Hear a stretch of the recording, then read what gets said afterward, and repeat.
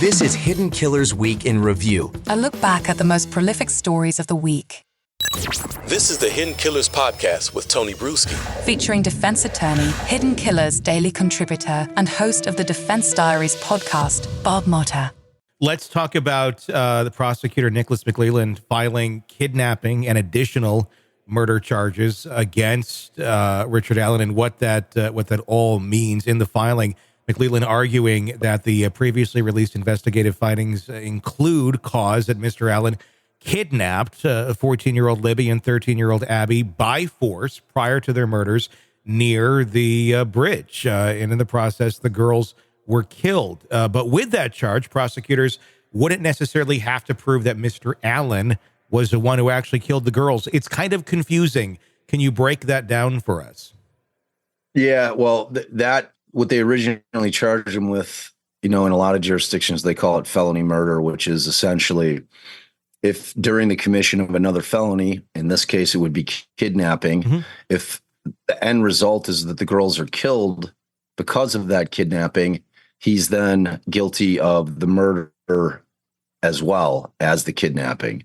So that's what originally was charged. But with that charge, they weren't able to bring, he wasn't death penalty eligible. So now that he brought basically intentional murder, where he's saying that they're going to be able to prove beyond a reasonable doubt that the girls died at Rick Allen's hands, theoretically, it's death penalty eligible. So, I mean, which is another thing. Like that, nothing changed factually. If you look at what was filed, there were no additional facts. Nothing has changed with respect to that. And the fact that this was filed the exact same time that the Supreme Court hearing was going on. I mean, the timing is not lost, I think, on anyone. I mean, it's just like another stick. We're going to jab it in here and see. I mean, what's your take on this? I mean, there's no new evidence for any of this. Did they just not file it correctly the first time? Is this called for to be able to amend these charges at this point? Or is this just keep going down the road of insanity that seems to be happening in Delphi? I think it's the last thing you said, man. And the timing of it was certainly strange. I mean, he could have filed that whenever in the last 15 months, and he chooses the day that it's in front of the Supreme Court trying to get Baldwin and Rosie back in. And it's one of those things. To me, it felt like a just a PR move more than anything else. It doesn't really change the effect of the case. I mean, if they don't find him guilty on the intentional murder, but they find him guilty on the kidnapping, it's in the exact same place it always was. Yeah. You know what I mean? So it really. But how do you have one without the other?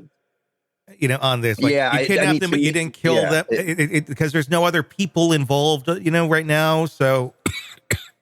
Right. And it's like that. That's the thing. It's like, but that's the way that law operates. That felony murder law is scary in that sense, because you don't have to prove the murder. You just have to prove the kidnapping. And then if they find him guilty on that under the felony murder rule, he's done for the killing as well. So it's like, it's a much easier case for him to prove, if they could convince the jury that he's Bridge Guy, and Bridge Guy is in fact the one that brought him down the hill.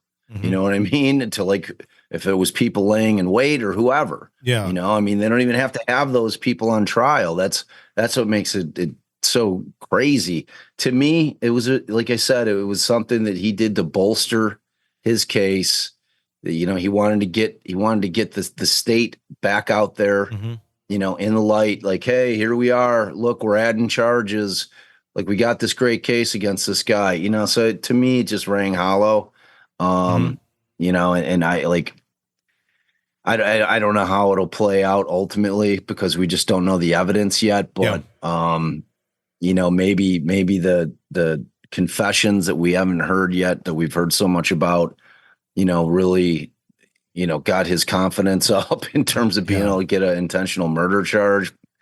Who knows? But we'll see how it plays out. But at the end of the day, it's not going to really have much of a legal effect in terms of what's going to happen at trial. You know what I mean? It's like he's going to be trying the exact same case either way. Sure.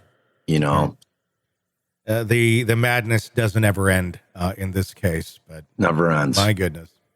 And wait till trial, man. I mean, if Gull's sitting on that trial, dude, it's like it's going to be a mess. Like there's no unringing that bell. Like they just don't like each other. No. You know, I mean, at this point, she doesn't like them. And like personally, it's gotten to the point where it's moved out of the arena of just professionally, I don't like you. It's like personally, I don't like it's taken on a personal error, which is weird and inappropriate, you know, and like it's going to be tough for her to rein that in. Like when she's making rulings, and it's going to be tough for the public to not think when she's denying things left and right that it's not personal and because of her bias, you know what I'm saying? So it's not a great situation, you know, but I didn't think that the court, I would not be surprised if one of her people that she may know on the Supreme Court maybe put a call in and said, hey, you know, we didn't boot you, but it might not be a bad move if you recused yourself, just saying, you know, and left it at that. Like just made a suggestion, you know, we cut you some slack here, you know, because we could have taken you off, but we didn't want to do that to you. We didn't want that blight on your record. However, you know, you might want to think heavily about doing that. So it's a possibility that something like that's taking place. Want to listen ad-free? Want advanced access to all of our interviews before anyone else? Become a True Crime Today Premium Plus subscriber on Apple Podcasts. You get every episode commercial free. So you can binge on true crime until you can binge no more. Search True Crime Today Premium Plus on Apple Podcasts now, or go to our podcast page and sign up now. More of the Hidden Killers podcast next.